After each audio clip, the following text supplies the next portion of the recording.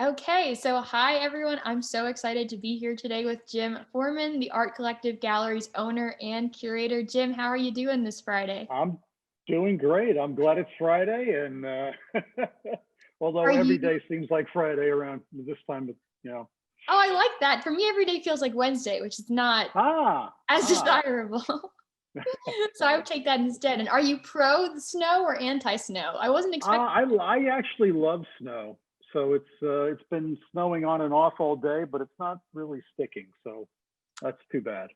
I described it to someone earlier today. It's like a TV show. Like I didn't have anything else to listen to in the background today, so just Right. at the window, and it won't make people crazy drivers later. So. That's hopefully true.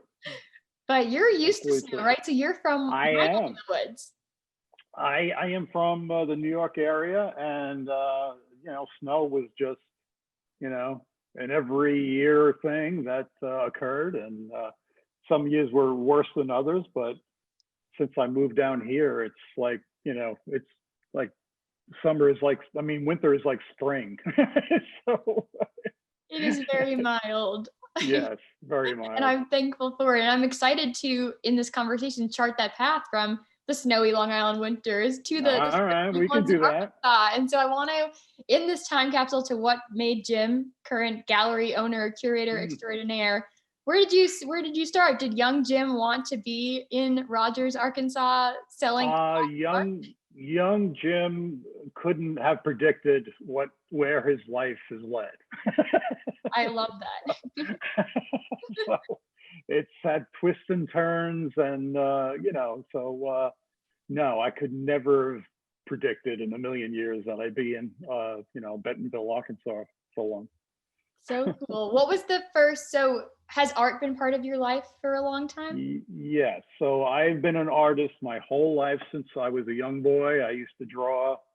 I had an older brother that was also an artist, and so I used to watch him draw and do his thing. And then I think that's probably how I picked it up. And and I just used to draw comics, and used to draw Charlie Brown and Snoopy and stuff like that when I was really young. And yeah, that kind of followed me throughout my whole student career. And I just, when I was in high school, that seemed to be my path, being an illustrator.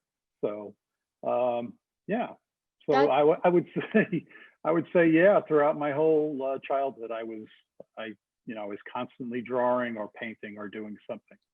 I have a younger sister, and if she ever followed anything that I did, I would have been so impressed and so appreciative. But she tended to run the opposite direction. So you were a good Ah, younger brother. That's what I'm yes, getting from this. yes, yeah. So yeah, it was an interesting career choice because my mother used to tell me that she has no idea where we got the creative talent because it doesn't exist anywhere in our history, the history of our family. So it was interesting choice of careers. Oh, that's so cool. I love Yeah, a random kind of path or a hidden exactly. passion, talent that you guys have Yes, brought to the forefront. yes. So you were drawing Charlie Brown in high school. Picturing it, I'm there. And Yeah, yeah, all of yeah. a sudden college came about and you went to Mhm. school then for art. I did. I did. I went to the School of Visual Arts in New York, No big and deal. yeah, no big deal. I just, they said yes, and yeah, so I went there, and I loved being in New York at that time. It was it was the late '70s, early '80s, and it was just a crazy time in New York. Lots of music and art, and it was just a very interesting time to be uh, going to school in New York, especially. That's so cool. So I was on the Yeah. other side of the spectrum. I went to school for business, and I'm interested in knowing, like, do you have majors within that? What was your focal area in art? How did you decide that? Hmm. What was that like? Yeah, well, like, but your first year, you take a little bit of everything, but I always had a feeling I would end up being an illustrator because I loved creating images for, well, I ended up doing images for like advertising or magazine work or publishing, all the, anything that uses illustration at that time. It did change a lot later in my career because of the computer imaging and stuff like that. But so yeah, I graduated as an illustrator and worked for myself as a freelance illustrator for about 10 years. So it was an interesting time of my life, working for myself. You had to like being alone sometimes because you're not working with people, you're working by yourself. So it's an interesting life. So you had explained this to me when we first chatted, but I feel like it's interesting knowledge overall. Like illustrating doesn't mean just one thing. There's a lot of different pathways in illustrating. Can you Right. elaborate on that?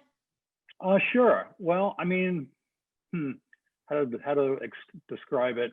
I mean, today, when you say I'm an illustrator, people immediately, I don't know why, but they assume that you draw comics.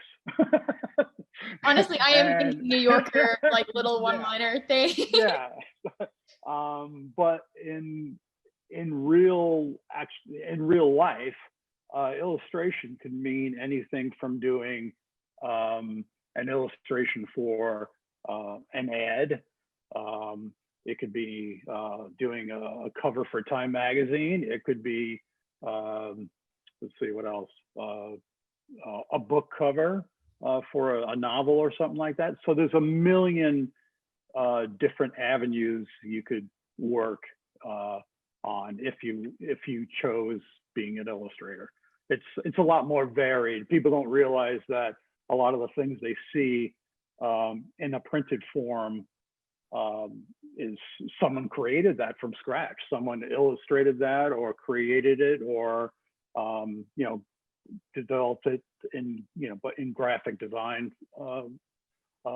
fashion also. So I don't think people realize like how much stuff that they see in their daily life was actually created by somebody, a creative person or a graphic designer.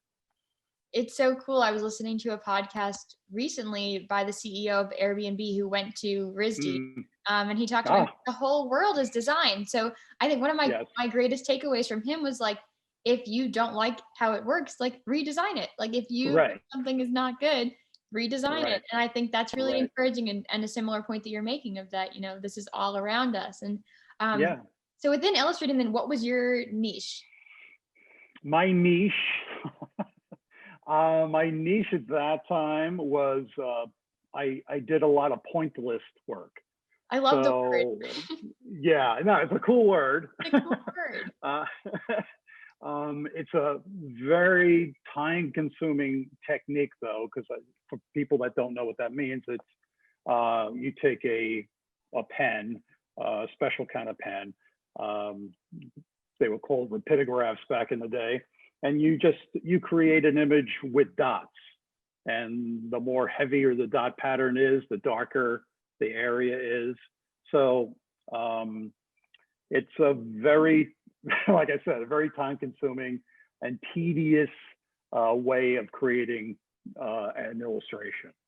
So that was my choice at the time. I later went on to going back to my my earlier medium, which was oil painting. So I created illustrations with oil paints. So totally different animal, but when I was in SVA, I made sure that I tried different techniques all through my career at SVA. So I was not afraid of trying something and failing at it, and just to find some kind of a unique type of style that was different from everybody else.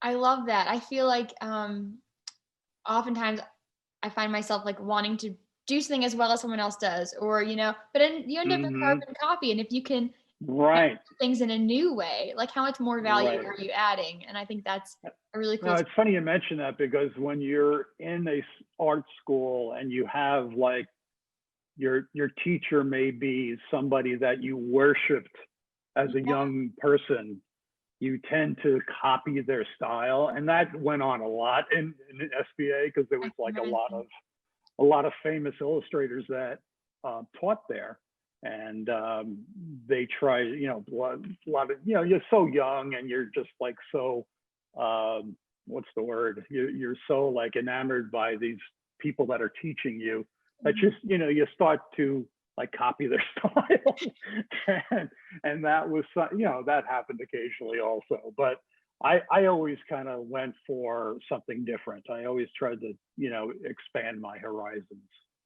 Was that like a muscle that you had to exercise to be able to like to lean toward doing it differently? Like, do you have any best practices of how someone could start to think that way? Because I feel like there's this opposite subconscious push to copy what looks right and what works. So I wonder if you have any advice there. Well, I think the only thing I would say regarding that was like, in school, that is your safe place to experiment, so that's the way I looked at it anyway. And others, of course, I wasn't like the only one that was experimenting at the time, but, I always regarded school as, the place that you could fail and no one's going to, laugh or whatever. It's like it's a good time to experiment with different styles, different mediums, and not be afraid of being, what's the word? Just like not being afraid of failing and then having somebody, saying, "What are you doing?" I mean, Right. But it should be. It's an art school, so it should be fun and experimental, and I do think it transfers to any school too, though, which is really encouraging. So, like in social work, I could write a paper on bullying, which I could understand because I been a teenage girl who was bullied, but I could also write a paper on drug use and really learn something, and I might trip up in the process, but like it will grow me, and I think that's a more artful approach that I can take out of this. No, absolutely. I mean that's the school should be the time where you are a free thinker and should just do what what you want to do, and then find your way later. You have plenty of time in your life to do what you land on. You find your niche and then you go forward. School should be that time where you just like throw everything to the wind and see what you like. What's your path. I do think, though, from hearing a bit of your story in advance of this, that you had that kind of pattern past school too, and that's served you really well, and it has been very brave. And so, so now you're graduated, the School of Visual Arts. Are you a pointillist? Is that a thing? Like what? What happened? Well, I called myself an illustrator. I mean, but my style was pointillism, and at that time it was like the early '80s. You come out of school and it's a lot different now because of the internet and everything. But back then you had like an actual portfolio that you went around. And fortunately for me, I lived on Long Island, and it was just a short commute to New York, where everything was publishing, advertising, everything was there. So, I used to go in on the train with my portfolio, and, I had a couple of them. I dropped them off at different places. They looked at them. So it was a different time. Everything kind of felt like it moved a little slower than it does now because of the internet and everything.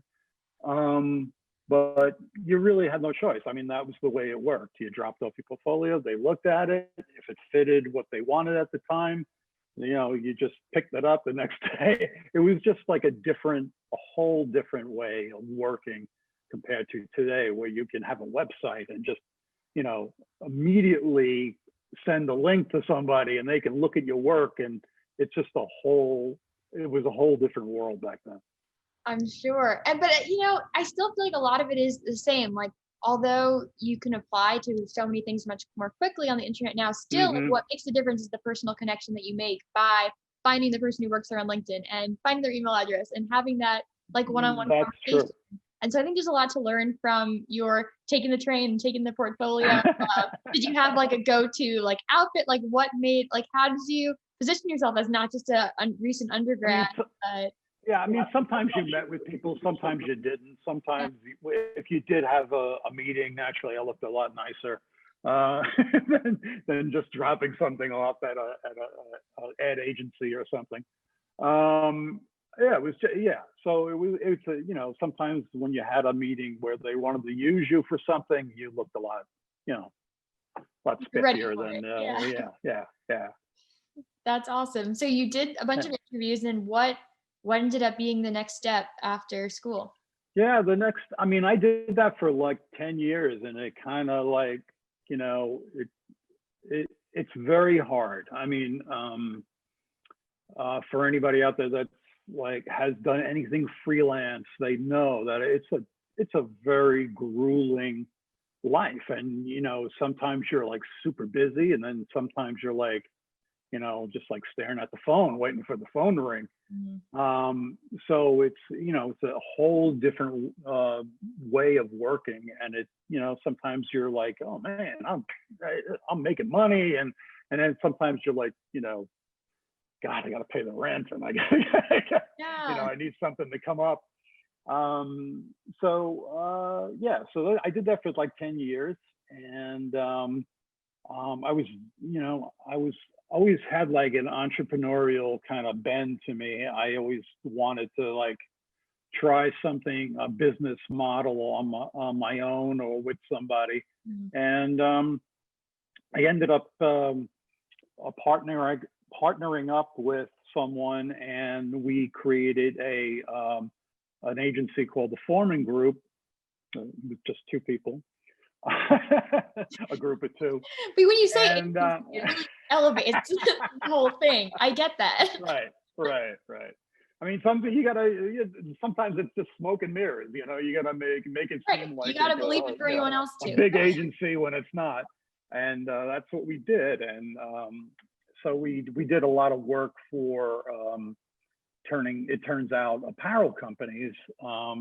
We did a lot of marketing things for them and such. And sort of, I happened to show somebody at the Gap my illustration work, and they were like, "Oh my God, this is amazing!" And you know, we need somebody to you know, do some graphics for, you know, some T-shirts that we want to do, and would you do them? I go, yeah, why not? And so long story short, we were doing, you know, graphics for it turns out the Gap and Banana Republic and Old Navy, and then it became a thing, and we were like, let's contact Levi's. And we were working for Levi's, and let's contact oh God, I'm drawing a blank now, but all the apparel companies at the time that were doing lots of T-shirt work, we contacted, and we ended up working for. And the Gap, we worked for, like, we were their go-to designers for like 10 years straight.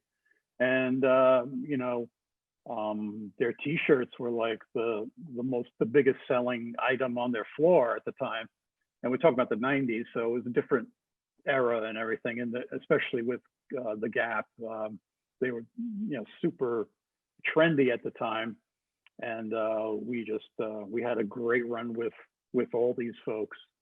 So it was interesting. It was like a really good time. So in the 90s, then, would you be like walking on the street and literally see someone wearing a design? That's wild. Do you remember the first time? What was that like? Yeah, I think we did some stuff for Gap Kids, and I saw this little kid on the street who was like wearing my T-shirt. I'm like, oh my God, I did that, you know? And I was with somebody, and they're like, you know, why don't you tell them you did that? Like, they're not gonna care who did that, you know? So it was, you know, it was a fun time. It was a fun time, especially, you know, seeing your work on the street was an interesting thing. Yeah, I mean, and just like so cool how it started from one conversation with Gap and it just, Right. snowball Right. effect from there. Yes. It's It was amazing. fun. It was a lot of fun. And That's they were great people to work with too. So that makes a difference. I'm sure you have yeah. a mix of stories across the spectrum. Oh yeah. And they're not all great. Right. There is a But lot they're of stuff. formative. They add Yes, something to the mix. that's true. You learn a lot from. That's something I always tell like young designers and young people that want to get into graphic design or illustration or something like that. You have to learn from mistakes. You have to learn from things that have happened to you where maybe people don't pay you, or something like that. What do you do? Oh, How to protect yourself, and so there's so that you have to not get. Well, I know it's easy to say, but don't get so angry about these things happening because you have to learn from them. yeah. And those are things too that you're not taught in school. So it's interesting. There should be a whole class on what to do if you don't get paid. I mean, Yeah, or seriously. Oh yeah, my gosh. Especially because yeah, I feel like at that point there's a bit of a power dynamic. Like this is the Gap and this is right, this agency that has two people right now and is trying right, to make a go of it. Like how do you that's hard. Do yeah, you have any like yeah. best It is. practices in there? Like what does one do if they're not getting paid? No, I'm not. I'm not referring to the Gap. Right. By the way, the Gap is like the best client ever to work for. But there are some smaller people we worked with that probably were struggling, or and stuff happens. And so, what would you do? I mean, you have to protect yourself. You should get everything in writing. Don't just shake hands and walk out the door. Okay, I'll have it to you by next Friday or whatever. You have to get everything in writing and make sure everything is spelled out when you're going to have some sketches to show them, or when you're going to have the final to show them. All that stuff has to be in writing. It's an important thing. And I think even myself, like I just forget things sometimes. Like I gotta write down what I do. Like it just Right. works all around. Like really from the most basic level, I just need to write it down, period. Like it's just helpful Right. overall. I'm the same way. The older I get, the more I gotta write things down anyway. So Right. I love my little to-do list. yeah. So you were making t-shirts. Yeah. And then Arkansas, or like what happened in between? Yeah. No, it was a lot that happened in between. So there was a lot of transitional things that happened. I got married um, to a lovely woman, and we moved to the West Coast just for a change. She had family out there, and we moved out there. We had a child. We had a son, and I was kind of like at the time of my life where I needed something solid. I needed something that wasn't. I couldn't do like a freelance thing anymore. I needed like a real solid job. So I when we moved out to California, I regarded that as like a fresh start. And I started working for some apparel companies out there. And the first one I worked for was called Big Dogs. And that was a company that had stores across the country at the time.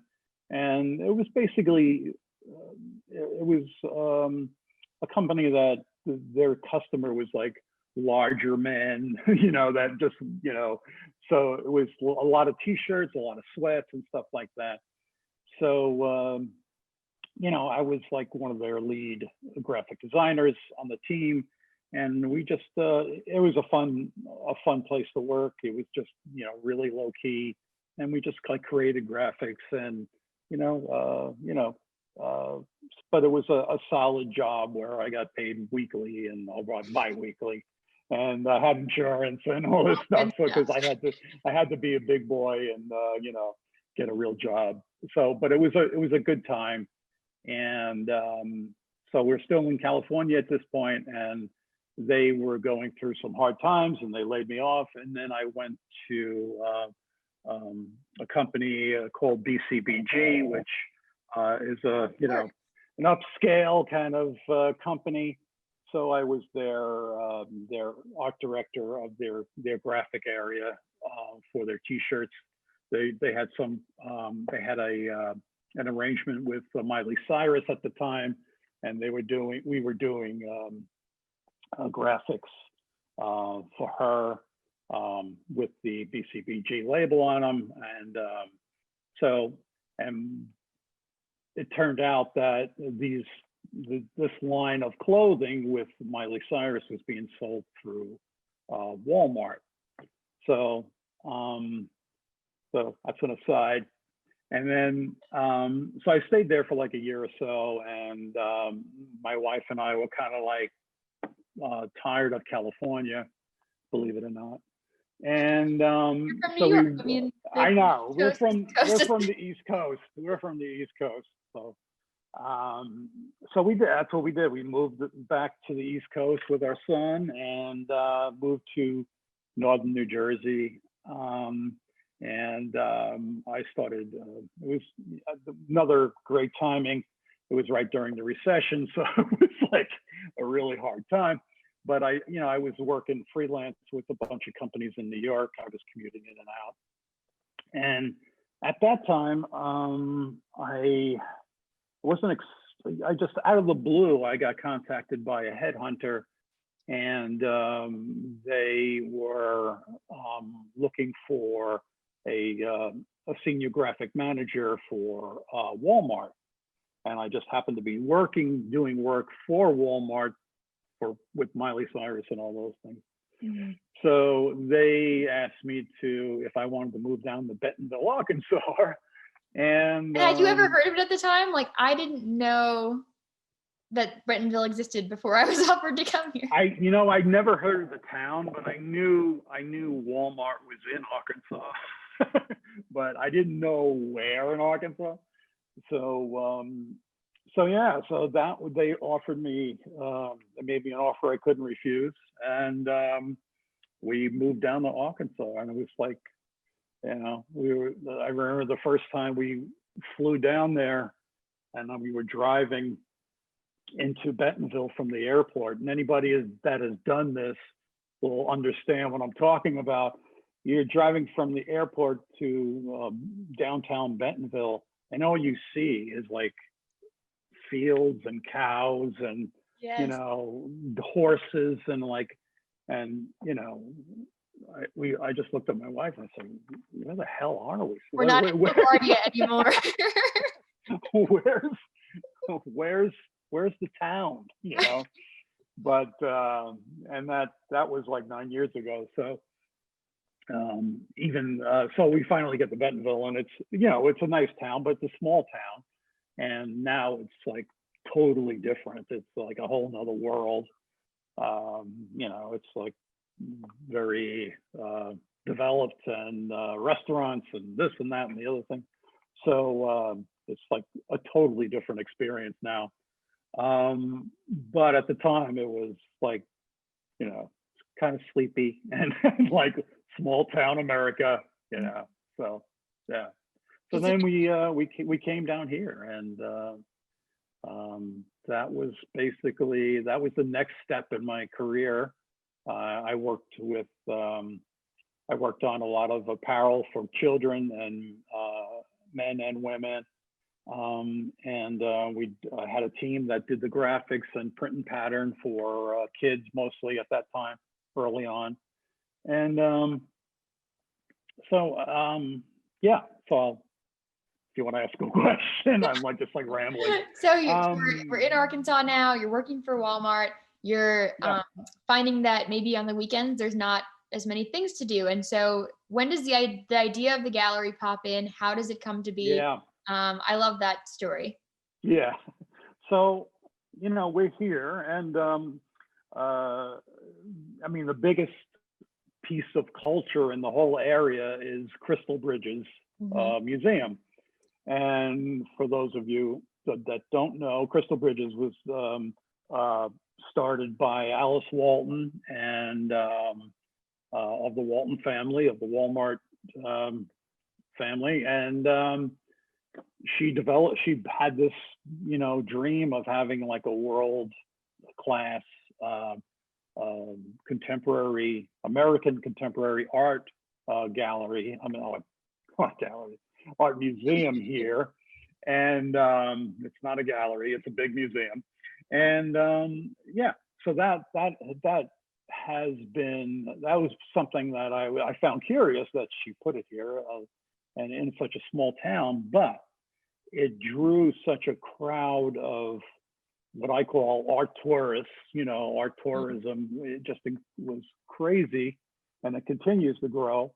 But the thing that I noticed was, especially in Bentonville where I live, and the Crystal Bridges is in Bentonville, is that there were like no art galleries practically in the area.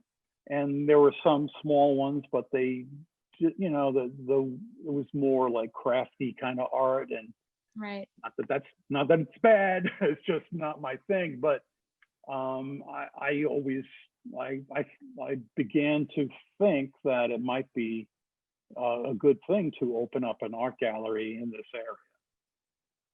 And it's I mean, from what I hear, it's a really interesting place to open businesses. Downtown Bentonville Inc., like all of the Northwest Arkansas area is really eager to have that kind of stuff happen. So what was it like when you got the idea then, this whole real estate journey? Like, I mean, this is first there was Pointillism, then you're on the computer, and now you're a real estate tycoon. Like, how do you get to the next step?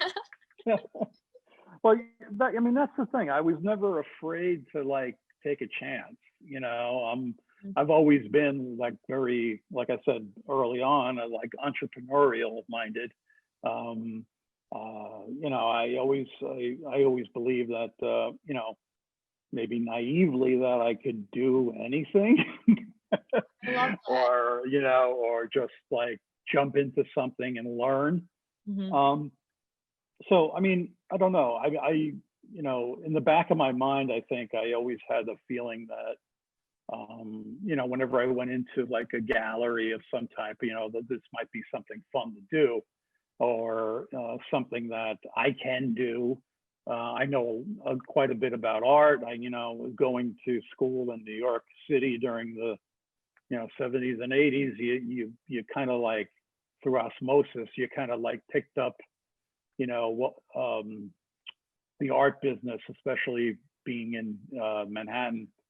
So what I just talked to my wife. I'm like, you know, I think I want to open up an art gallery, you know, and I was still working at Walmart at the time.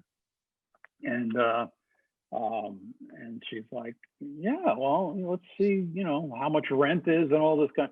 So, you know, I looked around Bentonville, and Bentonville's like the big town around here, other than down south at Fayetteville where the university is.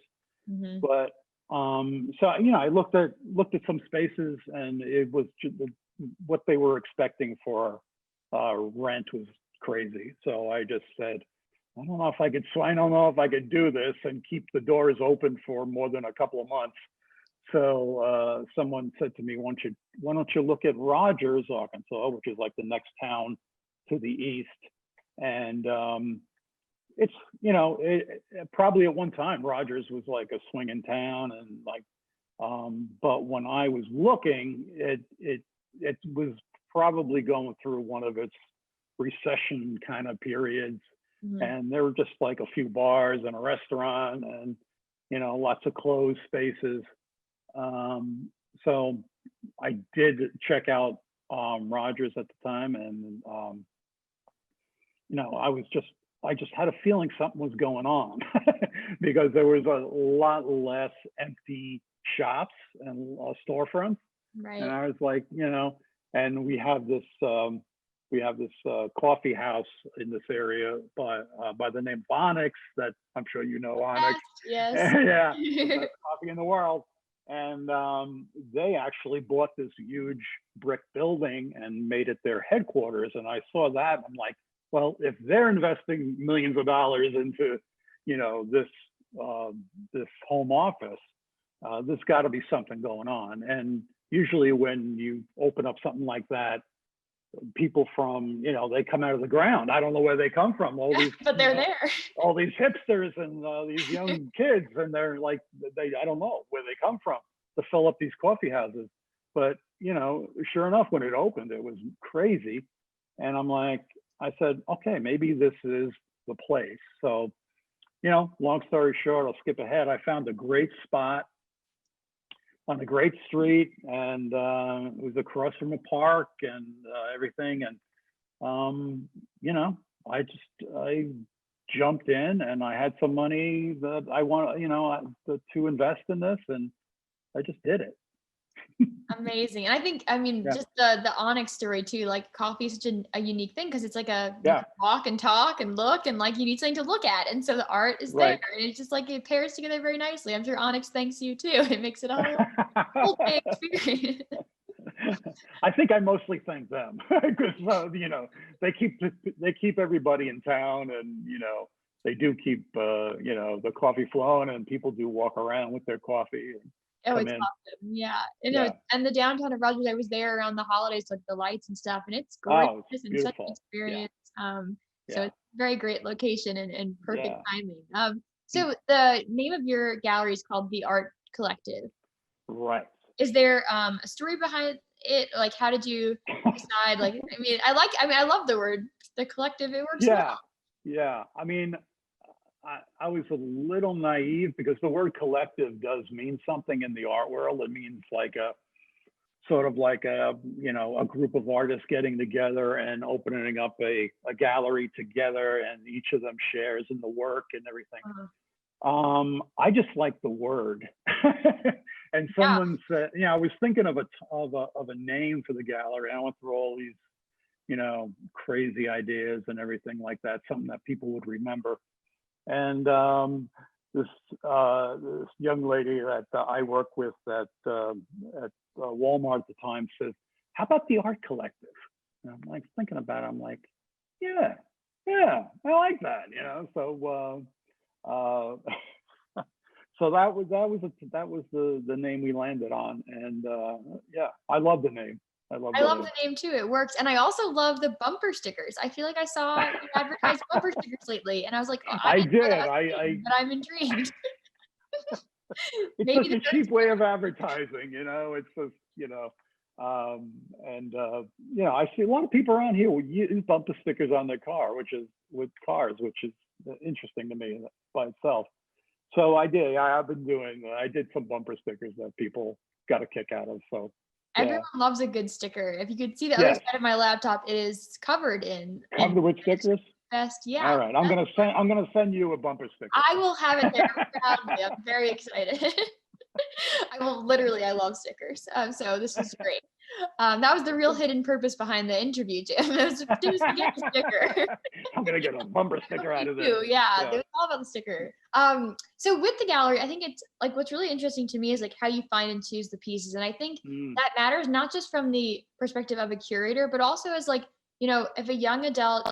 What's really cool in this area is that there are a lot of young people who are working and successful, and they're making decisions consciously and intentionally in how they're spending their money. And so if someone's going to begin collecting, I know there are several different motivations you could have, but I'd love to hear your thought process. Yeah. So for anybody starting out, actually, if they want to be serious about it, it's art collecting is an interesting game. A lot of it is, it also depends on where you are and what you want out of it. If you really are looking to buy art that will appreciate in price, you have to really do your homework, and you have to, talk to people that know art. I'm always interested in talking to people about what they want.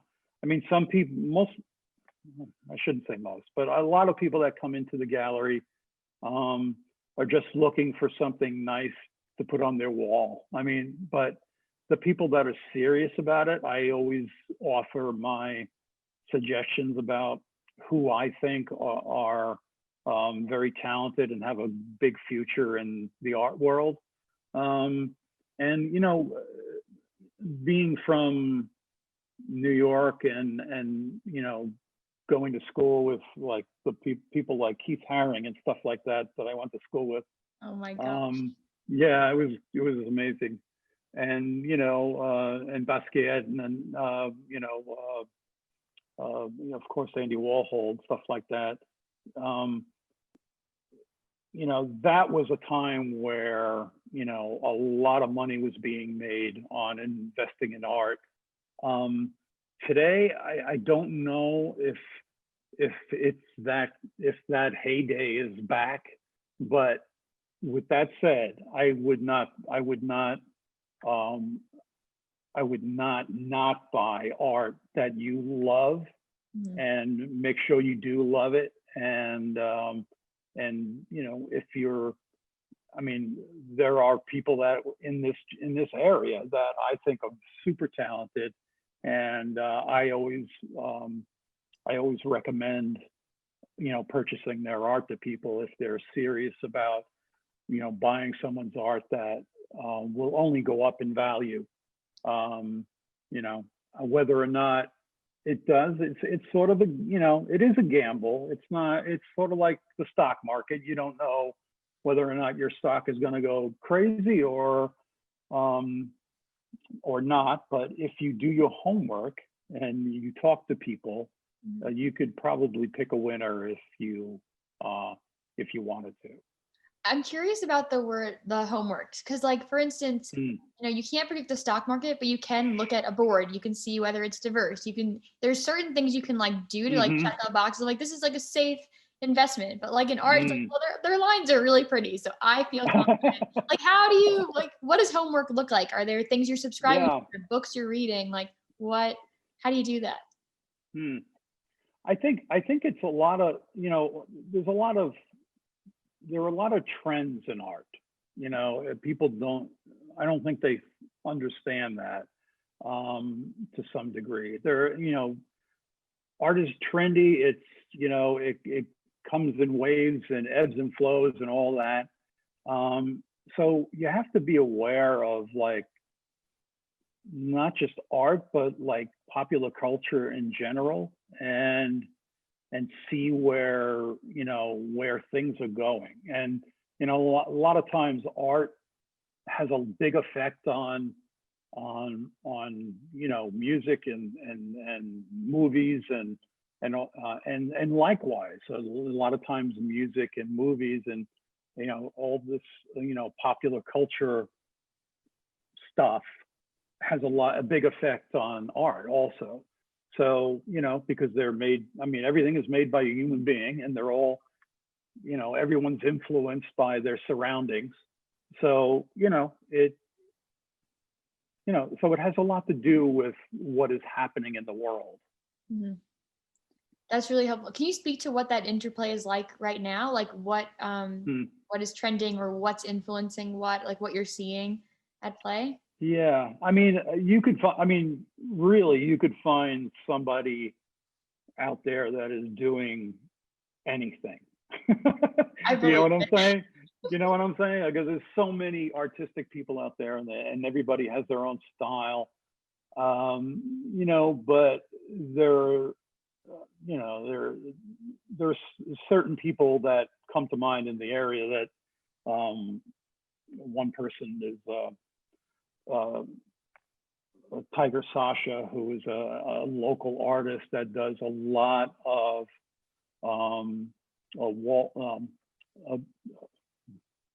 blanking out here. Does a lot of murals. Yeah, right. That's the one. He does a lot of murals in the area. So murals, you know, at one time, murals were just graffiti, and now it's, you know, it's high art. I mean, it's important art, and a lot. You can look back to the '80s when, you know, when I was in New York. I mean, graffiti was like, you know, it made a you know, and Keith Haring was part of that also, making, you know, creating, because he just drew on walls at first, And Really? then, then he did everything on canvas and everything, and became like this big, important artist. But, when he started, he was drawing with big markers on walls in the subway. So it was like, that's how things start. And that's, and that is continuing today. And graffiti, or I hate to call it graffiti because it's not graffiti, but like that type of art, wall art or mural art, is considered high art today. It's not, people buy it, people, pay big money for it. And I have a couple of artists, and one of them, Tiger Sasha, that is like, that, I believe is going to be like a household name eventually, because he is influenced by that. He's influenced by anime. He's influenced by he emigrated here from Russia. There's like there's Russian iconic images in his work. So I mean, all of that put together, he's making it his own. So I mean, it's moves like that, or movements like that, that it perks me up, and like, oh, he's doing something that's original and and beautiful to put on your wall. I mean, it does, that's, so I don't know if I answered your question at all. Absolutely, no, absolutely. And I've seen Tiger's work; it's incredible. So I totally get everything you're saying, and encourage everyone to check it out.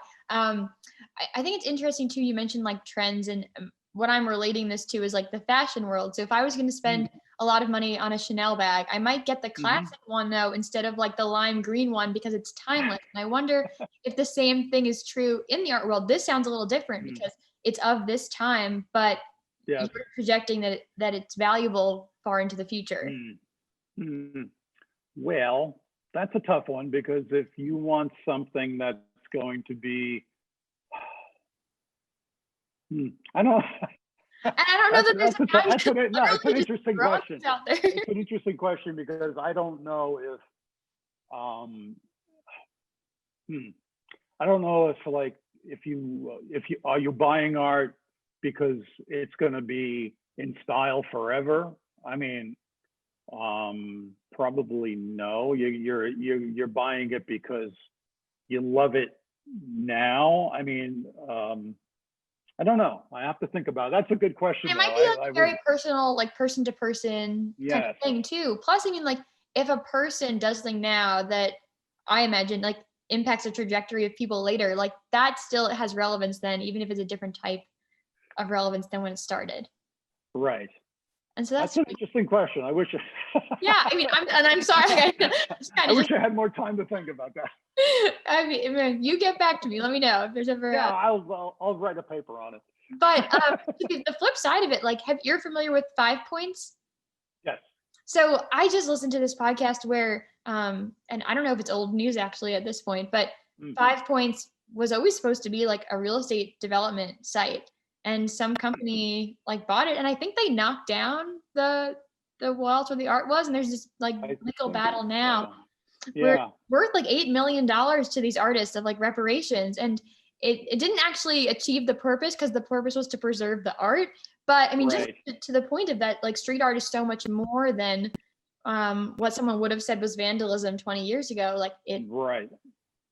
Really no, it's very true. It's very true, and like I said, like I went to school with lots of graffiti artists at the time, and they used to do these amazing pieces on but unfortunately at that period of time they were regarded as vandalism. They used to do it on the sides of subway cars and on the sides of walls, and at the time there was, and myself included, I kind of like, I always thought of myself as being open-minded, but I always I saw it as like destructive in some kind of way at that time. Right. Where now I see it and it's like, maybe the style is more evolved and the techniques are more, have evolved more, and it's not just you know, gang kind of lettering and stuff like that. It's more artistic driven. So yeah, so I mean, you know, things change. That's the moral of the story. Definitely change. And I think what's interesting is like when you were living in New York City, like when there's street art happening there, it's on a scale that's so massive that like it's a game of catch up for everyone else to figure out like what is this and how do we make sense of it. Right. But what's cool in Northwest Arkansas is that it's a little bit more manageable, and so we've seen what it means in a whole different light when everyone's on board and it's encouraged and it's funded. Like it's totally different. Right. And I think today with like, you know, social media and everything like that, now it's, you know, people love being photographed in front of it and, you know, and tagging the artist and all. I mean, so it's more of like, I don't know, like a tourist kind of like, you know, thing where people like to be in, you know, to have their picture taken or selfies taken in front of it. And, you know, it's more of a, like a, yeah, I mean, it's just it's an attraction, right? And it's it's like a roadside attraction almost. Yeah. God forbid you paint over someone's Insta-worthy opportunity. That would just be a big no-no. That would be a no-no. Yeah, people be careful out there. Yeah. If you're ever redoing a building or anything. So I've been interrogating you, asking you a lot of questions, and I'm so appreciative. And as we get like ready to wrap up, I want to talk a little bit about like, so we've said in jest, you know, how it matters to the community to have art, but I really like, you know, what do you want people to know about the art collective? What do you think art matters to Northwest Arkansas and to young people? And just, you know, what are those sage pieces of of advice and opinion that we can let me think. So the reason, I mean, one of the reasons why I did this, opened this gallery, was number one, to bring, you know, art to the public that I felt it was missing totally. You know, of course you can go to, you know, Crystal Bridges and now the Momentary and see all this wonderful art, but, you know, I wanted to bring, you know, high quality work that people could buy and afford and just, you know, bring it to this area. And when I first opened, I did not, well, the people I found, mostly through Instagram, by the way, little plug there. I found them, and they were like people that some of them I admired from, you know, early on in my career and stuff like that. And I knew about them, and I asked them if they would be interested in showing their work at the gallery, and they said yes, and, you know, which blew my mind. And they trusted me, go figure. And, you know, so, and then I started getting a lot of like local people coming to me and wanting to show me their work. And I was like, I mean, let me just skip to the gist of it. It was that I had no idea how many talented people there were in Northwest Arkansas, or in Arkansas in general. There are tons of talented young and old artists in this area that are just really, really, really doing some great work. And so now, I mean, when I first opened, I was probably, you know, like 60-40 as far as like, you know, artists outside the area, and at 60% and 40% local artists. I would say now it's probably just flipped around. There are so many really talented people here. And, you know, I get a lot of, when I first opened, I always had a lot of people come in and ask me, is this all local artists? And I'm like, you know, at least I get kind of annoyed. I'm like, no, well, what difference does it make where they're from? You know, it's just art, man. It's just like, right. But, but there are tons of really talented people here. And I don't think people realize that. And I wanted to also have a place where young artists could have their work shown and have it up against somebody that's maybe, 20 years older than them and been doing it longer. And, so I don't know. I just wanted to open people's eyes in the area as far as like, how terrific the artists are here, and, how, you could own a piece of this, and you can take this home and have it on your wall. And it's just like, I love it. I love talking to people about art. I love talking to the artists, and we've had some great openings where, it's just had some great people come, and had Alice Walton come a couple of times to my gallery. No, that's a huge accolade to have Alice Walton in the gallery. So that was like, a mind-blowing experience when she came.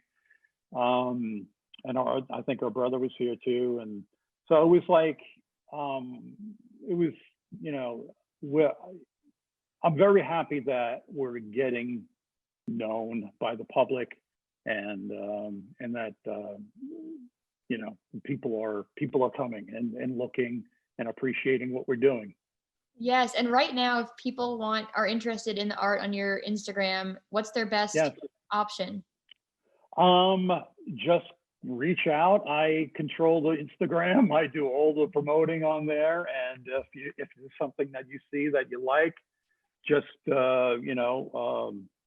message me, and, we can discuss, the details of it and the pricing and everything. But, Instagram, Facebook, we're on there, and, our website is up there too. And so there's a million ways of contacting me. Fabulous. As we all are in this connected age, and I'll probably even share on my Instagram story later some of my favorite pieces from the gallery. They're on my wish list. If anyone just feels so inclined, I'll send my mom, my dad, in a few months. And these are the things I really care about right now. But thank you so much, Jim. I think what you were concluding on really resonates with my social work values. I mean, part of my heart for art is its accessibility, and not just for people to purchase it, but also for artists to have their voices heard. When I introduced myself to you, I told you I feel so much like who I am is a result of the things I had the privilege of experiencing in my life. And a lot of that was the artful things I had the chance to experience. I think I love that. Yeah, it changes your perspective on the world. It just makes you so excited for the possibility of things. And I think it really, as always, like the oddball in the class, not in a destructive way, just in a kind of weird, kind of out there way. It makes you feel like there's value in that, and there's value in being different. And I think that's a great message for whoever you are, whether it be the 8-year-old girl you met with really great drawing skills, or whoever's out there who's wanting to feel connected. I totally agree. And I know we got to go, but I just want to say also that, art is great for your mind and your mental state. And I think especially during these trying times that we're going through right now, I think, sales are pretty good at this point. And I think it's because, we're, the nation, the country, the world is going through this, test of the wills. And I think we have to, and I think art can help everybody, get through these periods of time. Oh, absolutely. Especially as we look at the same four walls more and more often. Right. Thank you so much, Jim. It's been such a pleasure. I'm so excited to get to introduce my part of the world to you and what you're doing. And awesome. It's really great. Thank you very much.